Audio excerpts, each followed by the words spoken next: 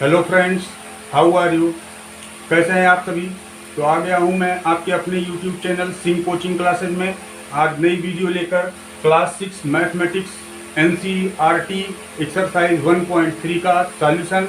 तो वीडियो को please skip ना करें और ज़्यादा से ज़्यादा सब्सक्राइब करें और बेल आइकन को दबाएं जिससे आने वाली लेटेस्ट वीडियो आप तक सबसे पहले पहुंच सके। तो शुरू करते हैं आज का अपना टॉपिक।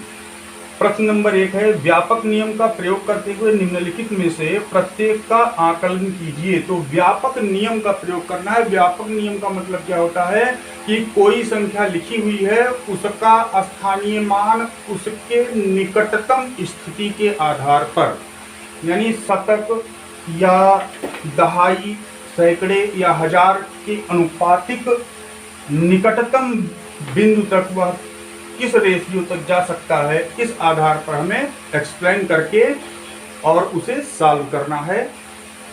तो क्वेश्चन नंबर जो एक्सरसाइज 1.3 क्वेश्चन नंबर 1 है, व्यापक नियम, इसी का प्रयोग करना है। तो व्यापक नियम का मतलब मैंने बताया निकटतम स्थानीय मान, जैसे 526 यानी 526 लिखा हुआ है। अब इस 526 का निकटतम स्थानीय मान अगर हम दहाई के अंक के अनुपात की बात करें, यानी इन दो अंकों की, तो इसको हम कह सकते हैं कि इसका निकटतम स्थान ये 20 के ज्यादा करीब है। ये जो दहाई है, दोनों अंक लेंगे, 20 के ज्यादा करीब है या 30 के ज्यादा करीब है। तो ये 30 के ज्यादा करीब है। 20 से 6 दूर है और 30 से 4 दूर है, यानी निकटतम इसको हम लिख सकते हैं मान 530। इसी प्रकार से इसको हमें सॉल्व करना है। अब ये दहाई के अंक तक का एक अनुपात हो गया। इसी तरह से सैकड़े के अंक तक का अगर हम एक रेशियो निकालते हैं तो हम देख रहे हैं कि यह 500 के करीब है या 600 के करीब है। तो हमको पता चलता है कि यह 500 से 26 आगे है और 600 से 74 अंक ज्यादा है, यानी कि इसको हम नियर अबाउट 500 लिख सकते हैं। यही है व्यापक नियम में कन्वर्ट करके सॉल्व करना। अब देखते हैं ए, 730 प्लस 998, 730 प्लस 998 व्यापक प्रयोग करके, व्यापक नियम का प्रयोग करके हमें इसे जोड़ना है। तो 730 को अगर हम ध्यान दें तो सैकड़े के अनुपात तक हम जाएंगे तो यह 700 के करीब है या 800 के करीब है। तो हमको पता चलता है यह 700 के करीब है। तो 730 का व्यापक हमें पता चलता है, 730 का व्यापक बराबर 700 और 998 का व्यापक कितना होगा दोस्तों, 1000 निकटतम स्थान। अब दोनों का योग हमें करना है, 1000 और धन 700 बराबर 1700। ये हमारा इसका आंसर हो गया। डी है 796 माइनस 314, 796 माइनस 314। तो 796 ये अगर हम दहाई के अंक तक की बात करते हैं तो ये किसके करीब होता है, और अगर सैकड़े के करीब जाते हैं तो ये किसके करीब होता है। तो सैकड़े के करीब हम चलते हैं। इसके पहले वाले सैकड़े के रेशियो में हमने सॉल्व किया था, तो सैकड़े के करीब हम लेके चलते हैं, यानी कि 796 जो है यह 700 के करीब है कि 800 के करीब है। तो हमें पता चलता है कि ये 800 से ज्यादा करीब है। तो 796 का व्यापक क्या बनेगा दोस्तों, 800 और 314 का जो व्यापक क्या बनेगा दोस्तों, 300। अब सब्ट्रैक्ट करना है तो 800 माइनस 300 बराबर 500। ये आपका व्यापक आंसर हो गया। सी है 12904 प्लस 2888, 12,904 एंड 2888। अब इसमें दोनों का व्यापक निकालना है हमें। अब देखिए जहां पर कॉमा लगा है उस रेशियो तक हम जाते हैं, यानी सैकड़े के नजदीक तक हम जा करके और 1000 का रेशियो हम लेंगे। तो ये 12904 है। तो ये 12000 अगर हम देखते हैं, ये 12000 के ज्यादा नजदीक है या 13000 के ज्यादा नजदीक है? तो 12904 13000 के करीब है। तो 12904 का जो व्यापक बना वो व्यापक मान क्या बना दोस्तों? 13000 बनेगा। और इसके बाद जो है 2888, तो 2888 का जो व्यापक बनेगा तो ये 2000 के ज्यादा करीब है या 3000 के ज्यादा करीब है? तो ये 3000 के ज्यादा करीब है। अब दोनों के बीच में प्लस है, यानी दोनों को क्या कर देना है? ऐड कर देना है। 13000 और प्लस 3000, तो बराबर हमको आंसर कितना मिल गया दोस्तों? 16000। ये इसका व्यापक मान हो गया। डी है 28292 ऋण 21496, यानी 28292 माइनस 21496। तो अब इसमें हम अगर बात करें तो 28292, यहाँ सैकड़े के रेशियो तक का अनुपात अगर हम लेकर के जाते हैं तो 28292 ये 28200 के करीब है या 28300 के करीब है? तो हमको पता चलता है कि 28300 के करीब है। तो 28292 का व्यापक क्या बनेगा दोस्तों? 28300। और 21496 का व्यापक क्या बनेगा दोस्तों? तो 21496 21400 के ज्यादा नजदीक है या 21500 के? तो ये 21500 के ज्यादा नजदीक है। इसलिए 28300 माइनस 21500 सब्ट्रैक्ट कर देंगे। 0 0 13 में से 5 निकल गया 8, 7 में से 1 गया 6, ये हो गया, यानी 6800। इसके बाद प्रश्न नंबर 2 है, एक मोटे तौर पर आकलन और एक निकटतम आकलन दीजिए। यानी कि एक लगभग नजदीकी आयतन और एक नजदीक से नजदीक जितना पॉसिबल हो सके वो मान आकलन देना है। 2 का ए है 439 प्लस 334 प्लस 4317, 439 धन 334 धन 4317। तो सबसे पहले हम मोटे तौर पर आकलन इसका करते हैं। तो मोटे तौर पर जो हम आकलन करेंगे तो 439 400 के करीब जा रहा है या 500 के? तो ये 400 के करीब जा रहा है। 334 किसके करीब है? 300 के करीब है। और 4317 ये 4300 के करीब है या 4400 के? तो 4300 के करीब है। इसके बाद अब एक निकटतम इसको पहले आप ऐड कर लीजिए। 0 0 इकाई हो गया। अब दहाई में 0 0 0 दहाई में हो गया। फिर सैकड़े में 3 3 6 और 4 10 के 0 हासिल 1 4 और 1 5। ये आपका जो हुआ ये हो गया मोटे तौर पर। अब निकटतम, तो निकटतम जो है ये 439 ये 440 के करीब है। और 334 जो है यह 334 जो है ये 334 किसके करीब है? 340 के। और 4317 ये 4320 के करीब है। अब इसको ऐड कर लीजिए। 0 0 0 इकाई जोड़ लिया, फिर दहाई 2 4 2 6 4 10 के 0 हासिल 1। अब सैकड़ा 3 और 1 हासिल 4 4 और 3 7 7 4 11 के 1 हासिल 1, 4 और 1 5। ये हमारा हो गया निकटतम एडिशन। समझ में आया? अब आगे चलते हैं। बी है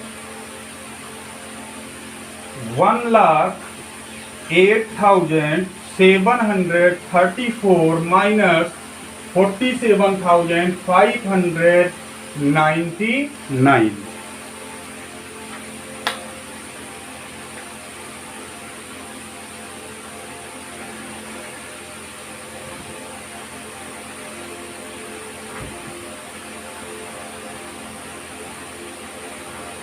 तो अब इनका हमें सब्ट्रैक्ट करना है। पहले मोटे तौर पर आकलन कर लेते हैं। तो मोटे तौर पर जो हम आकलन करेंगे, ये 1,08,734, ये 1,08,700 के ज्यादा करीब है। तो 1,08,700 के करीब हो गया। इसके बाद 47,599 जो है, ये 47,599 47,600 के करीब है। अब इसको हम सब्ट्रैक्ट कर देंगे। वंस लेंगे, 0 में से 0 निकल गया तो 0, 0 में से 0 निकल गया 0, 7 में से 6 निकल गया 1, 8 में से 7 निकल गया 1 और 10 में से 4 निकल गया 6। ये हो गया आपका मोटे तौर पर आकलन। अब निकटतम आकलन निकालेंगे। तो 1,08,734 ये 1,08,730 के करीब है। तो 1,08,730 और ये जो है 47,599 जो है, ये 47,600 के करीब है ना? 47,600। अब इसको सब्ट्रैक्ट कर देते हैं। तो 0 में से 0 निकाल दिया 0, 3 में से 0 निकल गया तो 3, 7 में से 6 निकल गया तो 1, 8 में से 7 निकल गया तो 1 और 10 में से 4 निकल गया तो 6। दूसरा आंसर ये हो गया निकटतम। सी 8,325 माइनस 491। तो पहले मोटे तौर पर आकलन करेंगे। तो मोटे तौर पर आकलन 8,325, ये 8,300 के करीब है और 491 ये 500 के करीब है। घटा देंगे, 0 में से 0 निकल गया 0, 0 में से 0 निकल गया 0, 3 में से 5 नहीं निकल रहा है, कैरी लिया, 13 में से 5 निकल गया 8, यहाँ बच गया 7। ये हो गया एक मोटे तौर पर आकलन। अब निकटतम आकलन, तो 8,325 जो है ये 8,330 के करीब है, माइनस 491 जो है ये 490 के करीब है। अब इसको हम सब्ट्रैक्ट कर देंगे तो 7,840 ये हो गया हमारा निकटतम वैल्यू। अब इसके बाद डी है 4,89,348 माइनस 48,365। तो सबसे पहले हम मोटे तौर पर इसका आकलन करेंगे। तो 4,89,348 का हो जाएगा 4,89,300 और माइनस 48,365 का हो जाएगा नजदीकी 48,400। सब्ट्रैक्ट कर दीजिए, 0 में से 0 निकल गया 0, 0 में से 0 निकल गया 0, 3 में से 4 नहीं कट रहा है, कैरी लिया, 13 में से 4 गया 9, यहाँ बच गया 8, 8 में से 8 निकल गया 0 और कहीं मिस्टेक हो रहा है, फिर से देखते हैं। 0 में से 0 निकल गया 0, 0 में से 0 निकल गया 0, 13 में से 4 निकल गया 9, यहाँ बच रहा है 8, तो 8 में से 8 निकल गया तो 0, यहाँ बच रहा है 8, 8 में से 4 निकल गया तो 4 और यहाँ पर बचा 4। ये आपका हो गया मोटे तौर पर आकलन। अब निकटतम आकलन हम निकालेंगे। तो निकटतम आकलन जो है 4,89,348 का निकटतम हो गया 4,89,350, 4,89,350 और माइनस 48,365 है ना, हाँ 48,365 का हो गया 48,370। अब इसको सब्ट्रैक्ट करेंगे, जीरो में से जीरो निकल गया जीरो, 15 में से 7 निकल गया 8, यहाँ 2 बचा, कैरी लिया 12, 12 में से 3 निकल गया, 12 में से 3 निकल गया, वेरी गुड 9, 8 में से 8 निकल गया 0, 8 में से 4 निकल गया 4 और यहाँ बचा 4। ये आपका हो गया डी। अब क्वेश्चन नंबर 3 है, व्यापक नियम का प्रयोग करते हुए निम्नलिखित गुणनफलों का आकलन कीजिए। यानी अब हमको गुणा करना है और वही व्यापक नियम का प्रयोग करना है। तो तीसरा का ए जो है वो कह रहा है 578 गुना 161 बराबर 93,058।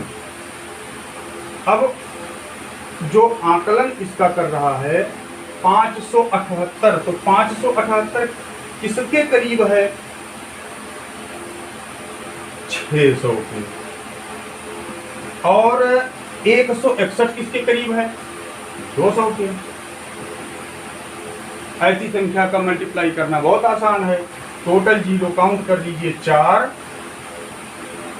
और 6 दूने 12। ये हो गया आपका निकटतम मान।